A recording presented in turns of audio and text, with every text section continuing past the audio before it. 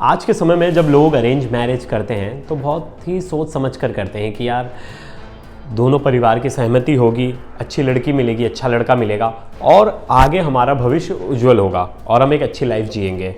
और मोस्टली परिवार वाले अरेंज मैरिज भी इसलिए करवा देते हैं और राज़ी इसलिए हो जाते हैं अरेंज मैरिज के लिए कि वो सोचते हैं कि हमें पता होता है सामने वाला लड़का कैसा है, लड़की कैसे है, हमारे धर्म, हमारे जात, हमारी बिरादरी से है, तो हम अच्छा लड़का और अच्छी लड़की ढूंढ के लाएंगे जो हमारे बच्चों के लिए फ्यूचर के लिए अच्छा होगा। लेकिन यहाँ एक फैमिली ने बहुत बड़ी गलती कर दी थी।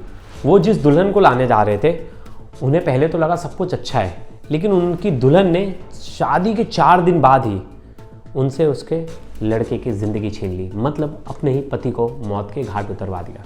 और जो ये कातिल दुल्हन है वो अपने भाई से प्यार के चक्कर में फंसी थी। तो ये पूरी मर्डर मिस्ट्री क्या है, ये कहानी कहाँ की है, और शादियों का मौसम चल रहा है तो ऐसी जब खबरें आती हैं तो सबको झकझोर कर रख देती है। तो ये पूरी जो मर्डर मिस्ट्री है मैं इस खबर में सुनाऊंगा, लास्ट तक वीडियो ज़रूर देखिएगा। नमस्कार, मेरा नाम है प्रवेश पांडे और आप देख रहे हो क्राइम तक। अब हाल फिलहाल में आपने देखा ही होगा, हर जगह शादियों का सीज़न है। मैं खुद इस महीने में 3 से 4 शादियाँ अटेंड कर चुका हूँ। 2 दिन पहले भी गया था मैं एक शादी में, और शादी का खाना हर चीज़ के लिए शादी फेमस होता है। अरेंज मैरिज में मोस्टली सब कुछ होता है जो अच्छी फैसिलिटीज़ होती है। लव मैरिज में थोड़ा कभी कभी मुश्किल हो जाता है और सब लोग अरेंज मैरिज की बड़ी दुहाई देते हैं सोसाइटी में। अरे यार अरेंज मैरिज कर लो, अरेंज मैरिज अच्छा होता है, अरेंज मैरिज में पेरेंट्स को पता होता है, आपको लड़की के बारे में पता होता है, आपको लड़के के बारे में पता होता है, तो अरेंज मैरिज के फेवर में बहुत लोग खड़े होते हैं। वहीं लव मैरिज को बहुत ही उस नज़र से देखा जाता है जैसे कि ये तो बायकॉटेड मैरिज है। तो ऐसे ही कुछ हुआ गुजरात के गांधीनगर से। अहमदाबाद का रहने वाला लड़का भाविक, और उसकी 4 दिन पहले एक पायल नाम की लड़की से शादी होती है। उस लड़की का नाम है पायल और वो रहने वाली है गांधीनगर की।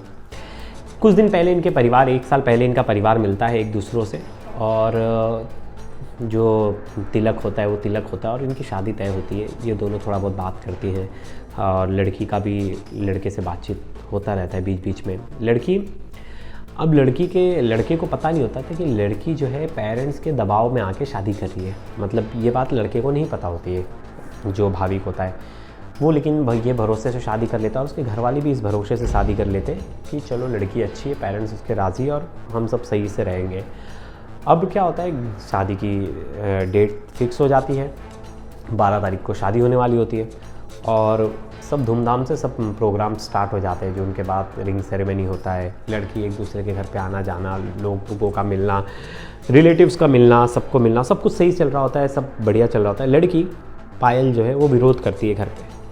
वो विरोध करती है अपने बॉयफ्रेंड के लिए जिससे उसका चक्कर चल रहा होता है। लेकिन वहाँ प्रॉब्लम एक ऐसी होती है कि जो उसका बॉयफ्रेंड होता है वो उसका ममेरा भाई होता है।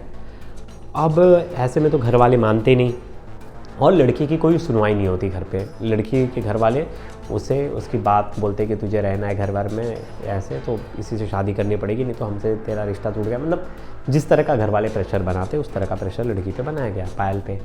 अब पायल जो थी वो घर वालों से बातों से कन्विंस हो गई, और वहीं जो उसका बॉयफ्रेंड था, अभी उसकी एंट्री होगी, कल्पेश नाम है, तो वो उसे फ़ोन कर करके उससे बात करता था, बोलता था तुम ऐसा कैसे कर सकती हो, हमारा इतना साल पुराना प्यार है, तुम एक पल में उसे तोड़ के तुम किसी और से शादी कर रहे थे। लड़की बीच में पायल कल्पेश से बात करना छोड़ देती और कल्पेश से उसका कांटेक्ट कम हो जाता है। जैसे जैसे शादी की तारीख नज़दीक आती है, लड़की को कहीं ना कहीं लगता है पायल को कि यार मैं गलत कर रही हूँ कल्पेश के साथ, जो मेरा बॉयफ्रेंड है, मैंने उससे प्यार किया, फिर अब मैं दूसरे से शादी करने जा रही हूँ। तो दोनों मिलते हैं, फिर दोनों में बातचीत होती है, लेकिन फिर पायल बोलती है यार अब कोई ऑप्शन नहीं बचा, अब शादी के कार्ड्स छप गए हैं और अब हो जाएगा। तो पायल कहती है कल्पेश को कि तुम मुझे भूल जाओ। कल्पेश भी हार मानने में से नहीं था, तो वो भी पीछे पड़ा रहा और बहुत दिन तक पायल से बातचीत करने की कोशिश करता रहा, लास्ट डे तक पायल से बात करता रहा। अब इस बीच जो भाविक है वो सब चीज़ों से अनजान है। पायल उससे भी बात कर रही है फ़ोन पे, उससे भी हंस खेल के बात कर रही है। पायल ने कभी भाविक को बताया ही नहीं अपने बॉयफ्रेंड के बारे में, अपनी समस्या के बारे में। अगर वो शायद जब पहली बार ये मिले थे और वो लड़के को कह देती तो शायद कुछ और होता सिचुएशन। तो अब ये तो हो गई बातचीत, बॉयफ्रेंड मान नहीं रहा है, बॉयफ्रेंड कन्विंस करने पे लगा है कि तुम मान जाओ पायल, मुझसे शादी करो। पायल जो है वो कंफ्यूज्ड है कि वो भाविक से शादी कर ले या अपने बॉयफ्रेंड के साथ भाग जाए। अब इन सब बीचों में वो फंस गई थी और उसका दिमाग काम करना बंद कर दिया कि अब तो प्यार में ऐसे ही होता है, जब आप एक स्टेज पे आते हो तो डिसीज़न भी नहीं ले पाते, पेरेंट्स का इतना प्रेशर है, घर वाले, रिलेटिव्स, ये दुनिया भर की चीज़ें चल रही थी। अब ये बोल रही थी मैं विलन नहीं बनना चाहती, अगर मैं भाग गई मेरे बॉयफ्रेंड के साथ तो मैं विलन बन जाऊँगी, मेरे परिवार वाले विलन बन जाएंगे। तो उसने एक गहरी साजिश रची। वो साजिश ऐसी शुरू होती है, ये शादी हो जाती है। अब ये बारात लेके पहुंचते हैं, शादी वादी हो जाती है। तो शादी के बाद लड़की अपने घर चली जाती है, इनके यहाँ ऐसा रिवाज है। और 4 दिन बाद लड़की को दूल्हा जो है अपने घर लेके आता है ससुराल। अब ऐसे में होता क्या है कि जब वो अब अहमदाबाद दुल्हन अपने घर चली गई गांधीनगर शादी की रात, और दूल्हा अपने घर अहमदाबाद।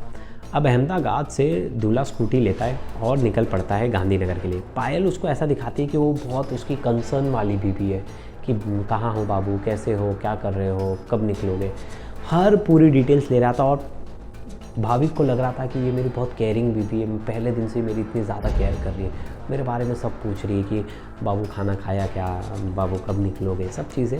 और वो हर एक डिटेल दे रहा था, खाना खा लिया, मैं अभी इतनी देर में निकलूँगा, मैं इस रास्ते से जाऊँगा, ये गाड़ी है मेरे पास, कहाँ पहुँचा, live location A to Z।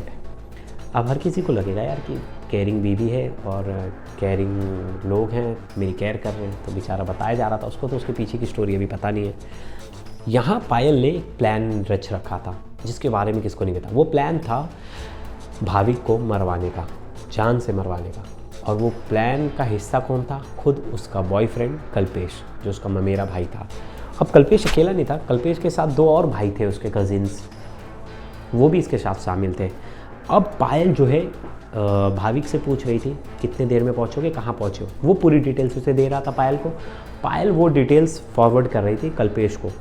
Kalpesh ने इनोवा गाड़ी उठाई, इनोवा गाड़ी लेके निकला। सुनसान जगह ढूंढ रहे थे, ये सुनसान रास्ता जहाँ लोग ज़्यादा आते जाते ना हो। उस रास्ते के ही बीच में इन्हें पता चला कि कल्पेश अब गाड़ी लेके भाविक जो है गाड़ी लेके उस जगह पे पहुंचा है दूल्हा। इन्हें ये पता चला, ये इनोवा गाड़ी उसके पीछे लगा और ज़ोर की टक्कर मारी उसकी एक्टिवा को। वो बेचारा एक्टिवा से गिर गया। एक्टिवा से गिरने के बाद वो मरा नहीं, इन्हें तो टारगेट था उसे मारना है, तो इन्होंने उसको किडनैप किया। किडनैप करके गाड़ी में उसका गला घोटा, 2 लोगों ने उसका हाथ पकड़ा और एक आदमी ने उसका पूरा गला घोटा। वो था खुद कल्पेश, इसका बॉयफ्रेंड। इसके बॉयफ्रेंड ने गला घोटा। अब ये डर गए कि अब यार मार तो दिया है, अभी इन्होंने पायल को फ़ोन करके बताया कि हमने तो उसे मार दिया है। पायल भी खुश थी क्योंकि वो तो इस बंधन से छूटना चाहती थी, तो पायल ने भी बोला ठीक है। अब इनके पास परेशानी ये थी कि अब मार तो दिया, बॉडी का करें क्या। फिर उसके बाद ये डिसाइड करते हैं कि बाजू में ही थोड़ी दूर नर्मदा कैनाल है, वहाँ फेंक देते हैं इसे ले जाके। ये डेड बॉडी को ले जाके फेंक दिए। इन सब चीज़ों के बीच उन्होंने इसका मोबाइल भी स्विच ऑफ कर दिया और मोबाइल भी फेंक दिया। अब घर वाले परेशान हो गए, जो दुल्हन के साइड वाले थे, सास और ससुर, दुल्हन के जो माता पिता थे, वो बोले कि यार दूल्हा निकला है, सुबह से अभी तक आया नहीं। उन्होंने इनके घर पे फ़ोन किया, घर वालों ने बोला वो तो सुबह का ही निकला है। उन्होंने दूल्हे को फ़ोन किया, दोनों ने दूल्हे को कॉल किया, आपस में फैमिलियों की बात शुरू हो गई, दूल्हे का नंबर बंद। अब ऐसे में जो दूल्हे के माँ बाप थे वो परेशान हो गए। उन्होंने बिना देरी किए वो निकल गए अपने घर से गाड़ी लेके। उन्होंने जब गाड़ी चला रहे थे तो रास्ते में उन्होंने देखा कि जो कल्पेश है, जो भाविक है, उसकी स्कूटी यहाँ पड़ी हुई है। इन्होंने बिना देरी किए पुलिस को फ़ोन किया, पुलिस को इन्फॉर्म किया। पुलिस जब मौका वारदात पर पहुंची और पूरा केस समझी, तो पुलिस को शक हुआ कि इसकी 4 दिन पहले शादी हुई है, और अगर इसका एक्सीडेंट भी हुआ होता तो डेड बॉडी कहीं आसपास ही होती या बॉडी आसपास ही होती। आस पड़ोस के लोगों को पूछा तो एक लोगों ने कहा कि एक इनोवा कार थी, शायद इस एरिया से गई है, और 2-4 गाड़ियों का नाम बताया, वो गई है। पुलिस थोड़ी सी स्मार्ट थी, पुलिस सबसे पूछताछ शुरू कर दी, जो आए थे स्मार्ट थे। उन्हें लगा कि शादी के 4 दिन बाद ये हुआ है तो ये शादी से रिलेटेड ही है। उन्होंने आस पड़ोस के लोगों को पूछना शुरू कर दिया। तो उन्होंने लड़की के बारे में इंक्वायरी की, लड़की कैसी थी, लड़की का किससे चक्कर वक्कर तो नहीं था। तो गांव के लोग, सबको पता ही होता है एक दूसरे के बारे में थोड़ा बहुत चीज़ें, तो गांव के लड़के तो हर चीज़ में बता ही देते। तो गांव के कुछ लड़कों ने बताया कि इसका तो इसके कज़िन भाई के साथ ही चक्कर था। अब पुलिस को ये बात पता चली, पुलिस हैरान हो गई। पुलिस ने पायल को बुलाया पूछताछ के लिए। पायल से जब 2-4 सवाल पूछे, पूछताछ की, पायल को बोला अपना मोबाइल दिखाओ। पायल का मोबाइल देखा, पायल का चैट देखा, तो पायल के पास लोकेशंस थी, वो सब उसके, वो कहाँ कब निकल रहा है, कितने बजे निकल रहा है। पुलिस को पायल पे पूरा शक था। अब पुलिस जो है उसने एक मतलब बोलते हैं ना, एक ट्रिक खेला उन्होंने बोला कि हमने तुम्हारी वॉइस लोकेशन निकाल ली है, तुम जिससे बात करी थी। पुलिस के पास वैसे phone recording call phone location वो तो आ गया था, CDR आ गया था कि किससे इसने बात किया है। तो पुलिस ने बोला कि हमें तुम्हारा CDR मिल गया, पूरा केस खुल गया, अब तुम बचोगी नहीं।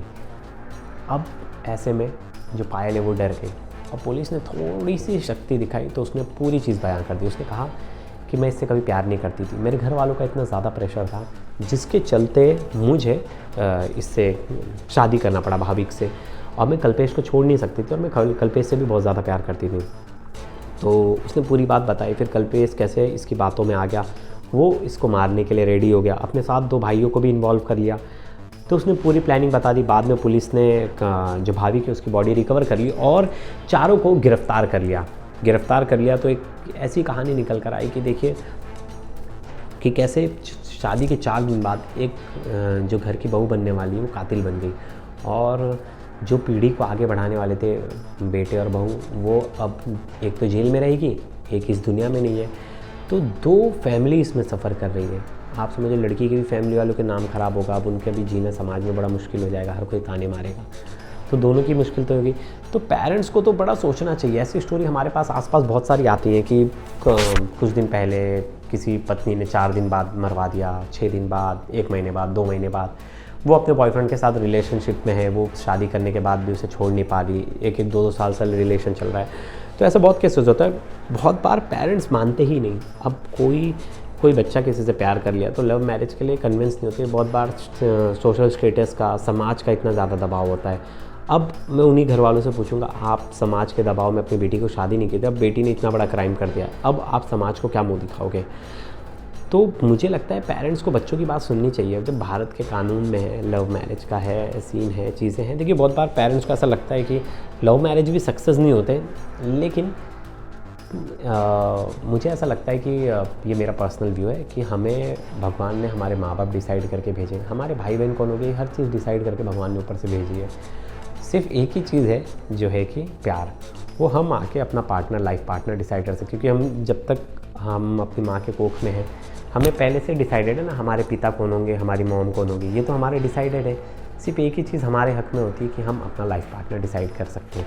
तो जब अब लाइफ पार्टनर हम खुद डिसाइड कर सकते हैं, और अगर कोई ऐसे में करता भी है, तो मुझे नहीं लगता कि पेरेंट्स को उसका ज़्यादा विद्रोह करना चाहिए। हम उस समाज में जी रहे जहाँ आज लड़के लड़कियाँ कैपेबल हैं, जो समझ रहे एक दूसरे को, चीज़ें कर रहे हैं ऐसा। हाँ, तो अब बहुत लोग उसका भी उदाहरण देंगे कि आप देखो कितने सारे केसेस हैं आफ्ताब। हाँ, तो दोनों ही चीज़ें हैं, लेकिन मोस्टली लव मैरिज भी सक्सेस हो रहे हैं। एक बहुत नैरेटिव चल गया है कि लव मैरिज बिल्कुल सक्सेस नहीं है, कुछ नहीं होता, तो ऐसी बात नहीं है, और दोनों ही ठीक ठाक चलते हैं। लेकिन पेरेंट्स को बड़ा ही जानना ज़रूरी है, या तो अच्छे से दोनों का बैकग्राउंड वेरिफिकेशन हो कि इनका कुछ पास्ट में कुछ है नहीं कि जो इनके फ्यूचर को अफेक्ट करे। और भाई, जिससे भी शादी नहीं करनी ना, मतलब जिसके साथ भी आप प्यार करते हो और आपको शादी नहीं करनी किसी नए बंदे से, तो प्लीज़ आप घर से लड़ाई करके कुछ भी करके सच बताओ, लेकिन ऐसा क्राइम मत करो।